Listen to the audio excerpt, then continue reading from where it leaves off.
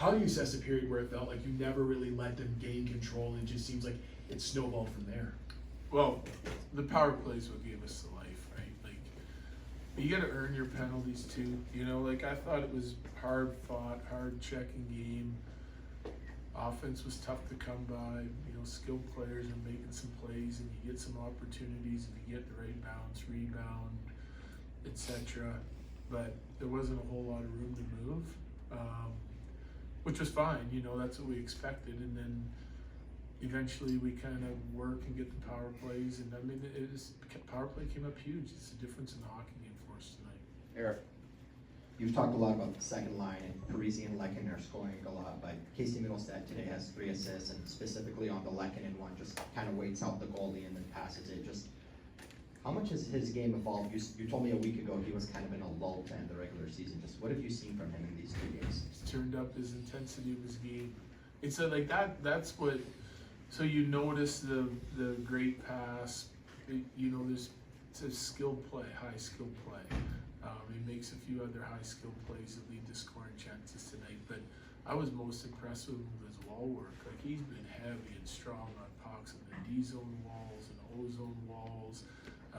Guys trying to check him. He's comfortable with guys playing on his back, reaching around him, continues to move his feet. And he's a guy that once it's on his stick, he can survey the ice and find and check off option 1, 2, 3, etc. You know, and then it's just making the right decision from there. So I just think it's intensity, it's excitement to play this time of year, and his game's gone to a whole new level, and he showed it here tonight. Rod, then be back.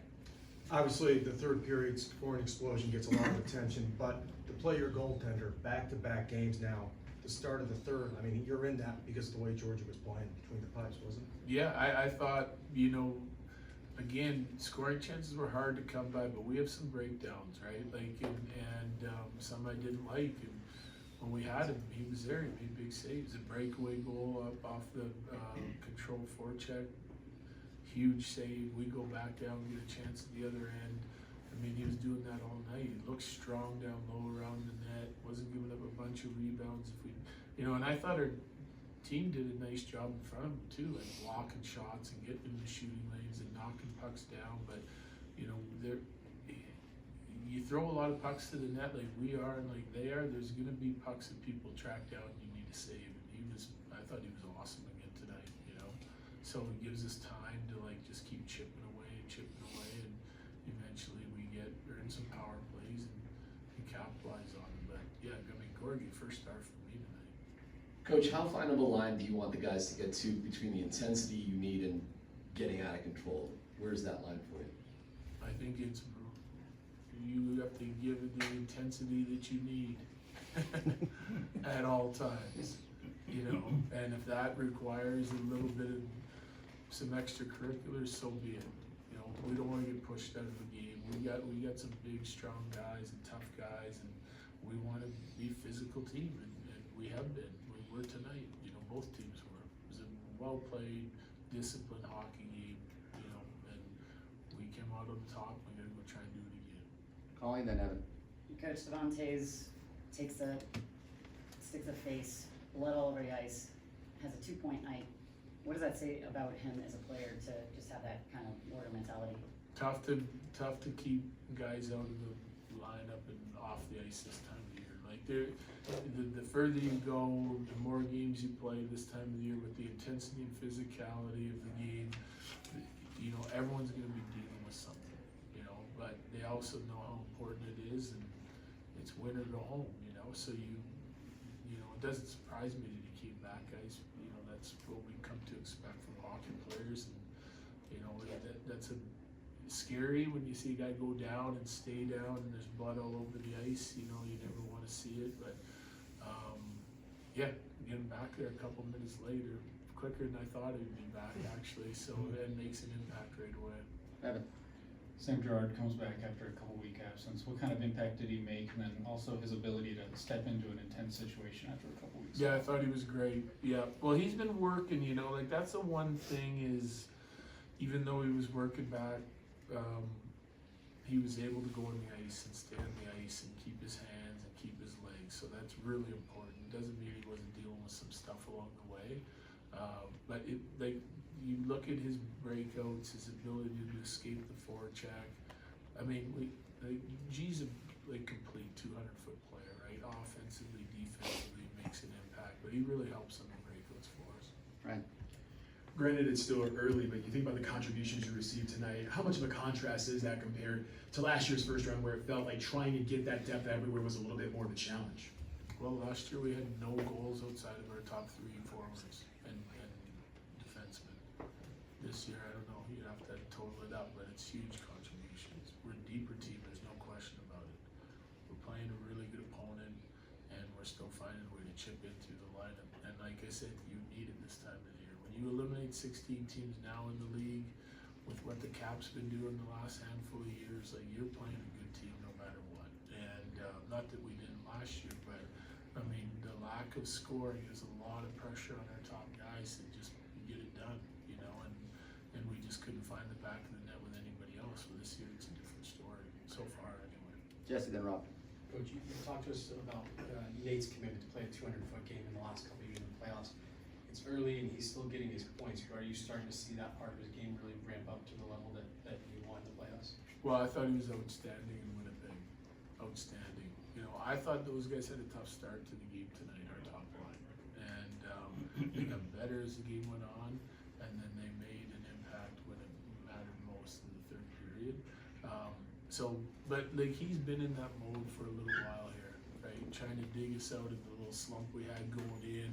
I thought they were that line, him especially, during that 9-1 stretch. It was a complete hockey game. It wasn't just like looking for points. Like, and as many points as he's had, it's, you know, it sounds absurd to say that he's just not looking for points. Like, he understands how to play the right way. He's learned that over the course of his career, and he's pretty consistent with it throughout the course of the year. And you see it usually, like, it's not that he's more committed to it in the playoffs, it's just that it's tougher to do during the playoffs, to shut teams down and to still create, but he finds a way. Rob. You mentioned there being a tough time generating a ton of scoring chances, but every once in a while you guys have a flurry of shots, power play for sure, 5-on-5 in stretches, and you guys are often first on those rebounds and those loose pucks. Is that a mentality thing? Can it be taught? Why are you winning the box out battle? Well, I think it goes in spurts for both teams. Like, sometimes you need in order to win the net from battle, sometimes it's just like you could throw pucks to the net there for 30 minutes and not get the rebound you want. You might track them down, but you're not creating any scoring chances out of it.